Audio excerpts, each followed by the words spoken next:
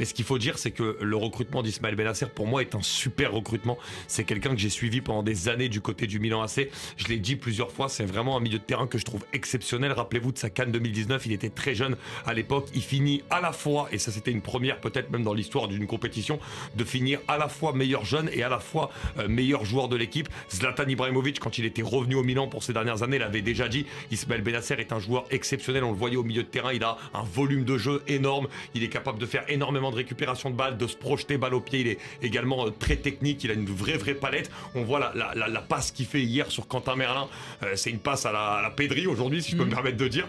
Donc c'est vraiment exceptionnel. C'est un joueur vraiment pour moi qui arrive à l'OM, mais qui il y a 2 ans encore était vraiment regardé par Pep Guardiola à Manchester City. Il a connu une blessure, les ligaments malheureusement, et ça c'est dommage parce que ça freine la progression d'un joueur. Mais c'est un coup énorme pour l'OM et c'est bien d'avoir Rabiot, Højbjerg, Bennacer, pour moi déjà avec ces 3 joueurs-là, et en plus d'avoir Rongier en backup ou potentiel titulaire. Et Kondogbia qui est revenu au milieu de terrain hier.